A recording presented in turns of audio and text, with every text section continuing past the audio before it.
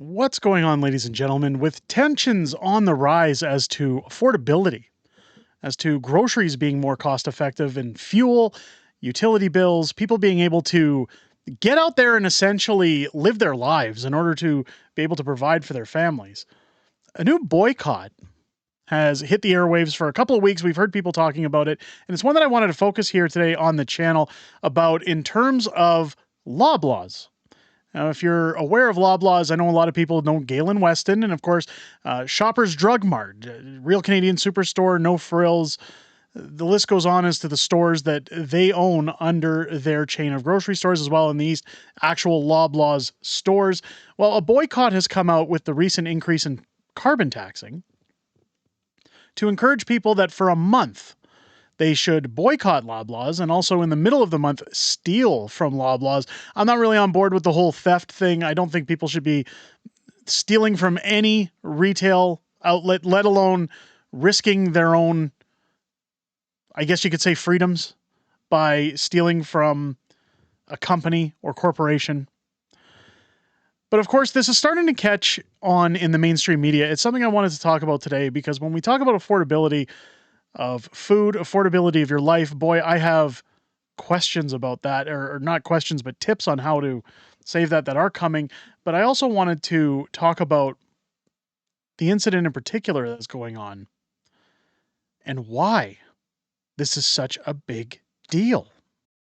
Now, if we head over to YouTube, you'll see here something that's really caught my eye is that CTV News, Global News, all these mainstream government prostitute outlets are starting to cover what's happening with Loblaws. Now, I don't think that Loblaws in particular has done anything to inflate these prices.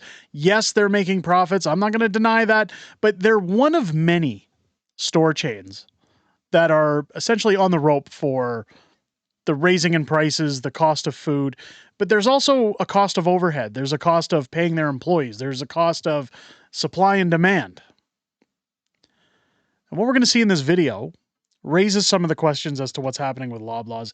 And then I want to talk a little bit about the article that's coming forward and where I think some of this might be coming from. Frustrated shoppers fed up with rising food prices kicked off what they say will be a month-long boycott of a grocery store giant on the same day the chain reported an increase in profits. CTV's Heather Wright on the reaction.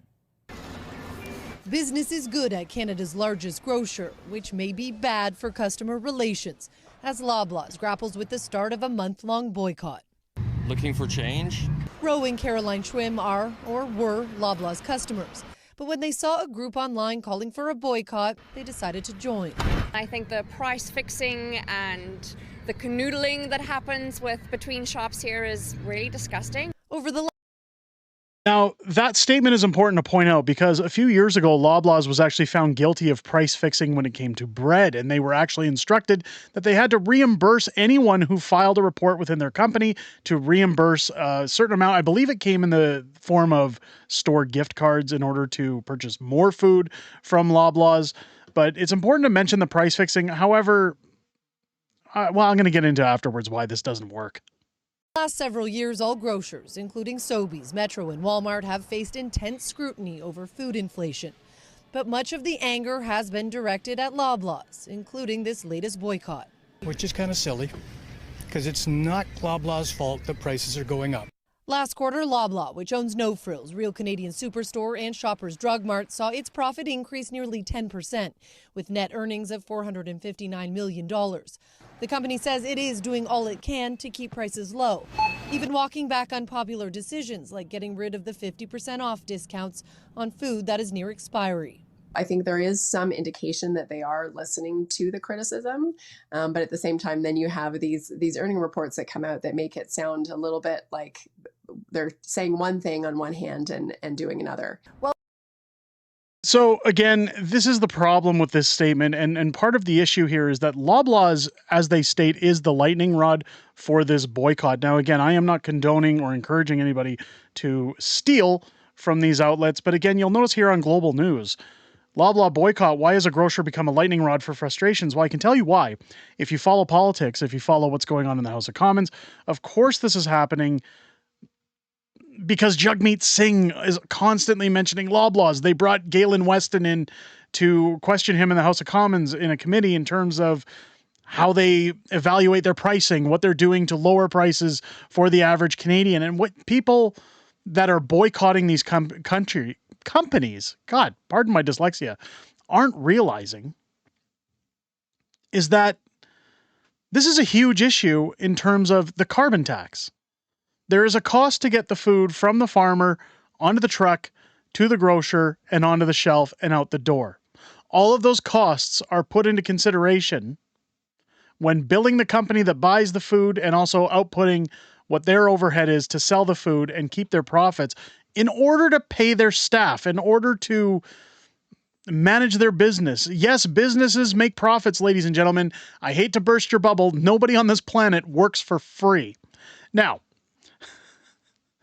to continuing saying that it's just Loblaws, ignoring Loblaws, I can tell you that my local Real Canadian Superstore, there is no difference in terms of how many people are going in there. There is nothing going on with a boycott, at least that I've seen any time that I've stepped out the door.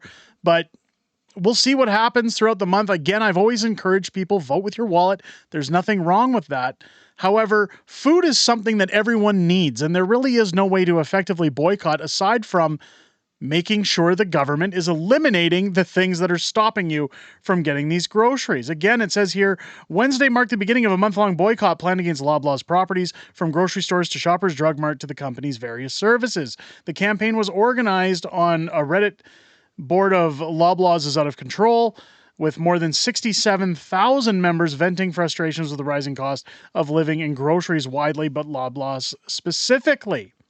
Now, again, this is a Reddit board, and I would often question who is going there, who is raising up the stink, and who are they connected to? We've seen many protests in the past, whether it's lockdowns, whether it's protests in regards to faith, whether it's protests for overseas wars.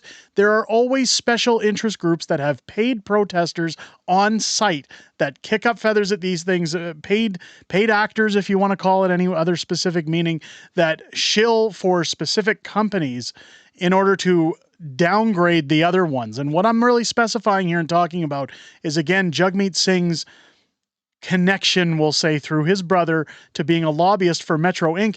I've noticed nobody's really talking about Metro. I know that one video clip mentioned Metro amongst Walmart, but they're not really saying that Metro is the problem. It's just Loblaws that's the problem, which is also the company Jagmeet Singh has been harrowing against from day one. So again, let me know what you guys think down below. Do you think there's more to this boycott than meets the eye, so to speak? Do you think that Jagmeet Singh could have something to do with this in terms of paid actors or lobbyists for other companies that want to downgrade Loblaws and encourage people to shop in their direction? Keep in mind, as I said earlier, this is about a necessity that everyone needs. If you boycott Loblaws, you have to go somewhere else to buy your groceries.